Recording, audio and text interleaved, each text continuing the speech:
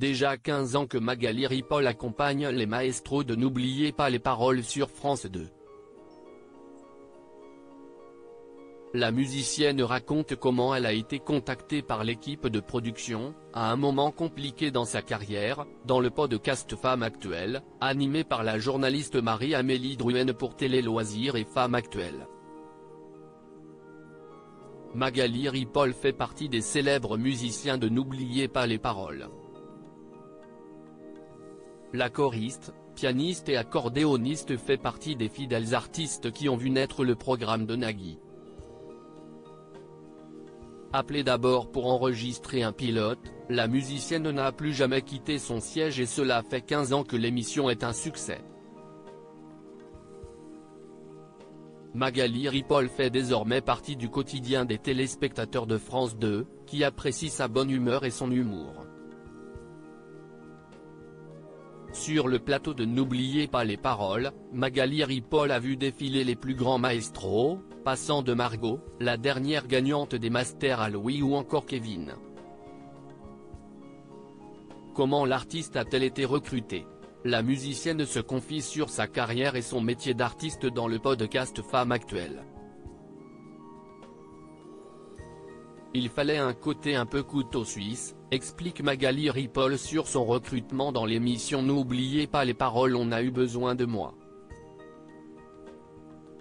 Si c'est pourquoi on m'a appelé, lâche Magali Ripoll depuis l'éloge de N'oubliez pas les paroles lors de l'enregistrement de ce podcast.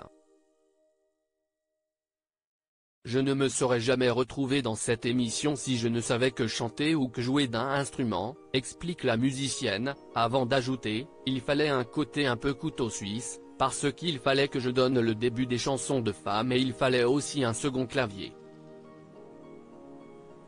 Accessoirement aussi de l'accordéon s'il fallait en faire. Si un chef d'orchestre, à la recherche de musiciens polyvalents pour la nouvelle émission de France 2, qui l'a contacté pour participer au pilote. Il connaissait plein d'autres chanteuses qui chantaient 1000 fois mieux que moi et il a fait appel à moi pour ce job-là, confie l'artiste. Magali Ripoll et sa traversée du désert, ça a été un oui d'emblée et ça a été beaucoup de questions, parce que je me souviens toujours de ce coup de fil, on est en novembre 2007. À cette époque, il faut savoir que je traverse une période, comme ça arrive souvent dans la vie des artistes, ce qu'on appelle, le désert.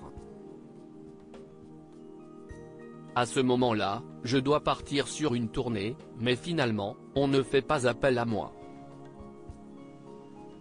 Je passe un casting pour une comédie musicale et on me laisse sans nouvelles.